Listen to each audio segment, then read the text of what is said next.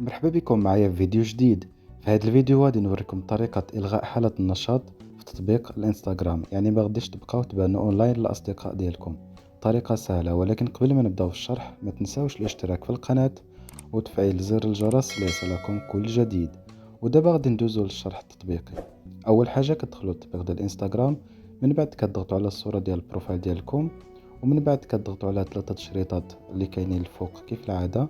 من موراها كتضغطوا على الاعدادات والخصوصيه، ومن بعد كتبان معكم هاد الواجهه وكتبقاو هابطين لتحت حتى كتلقاو الخيار ديال الرسائل والردود على القصص. من بعد ما كتدخلوا لهاد الخيار هذا كتبان معكم هاد الواجهه، وكتهبطوا للخيار الاخير اللي هو عرض حاله النشاط.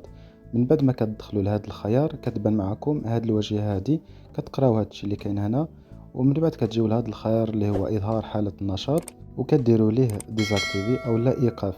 يعني الا لقيتوا هذا الخيار مفعل كديروا ليه ايقاف، وبهذه الطريقه غتكونوا درتوا ايقاف لحاله النشاط في الانستغرام، يعني ما غاديش تبقاو تبانوا اونلاين او تبان ديك النقطه خضراء.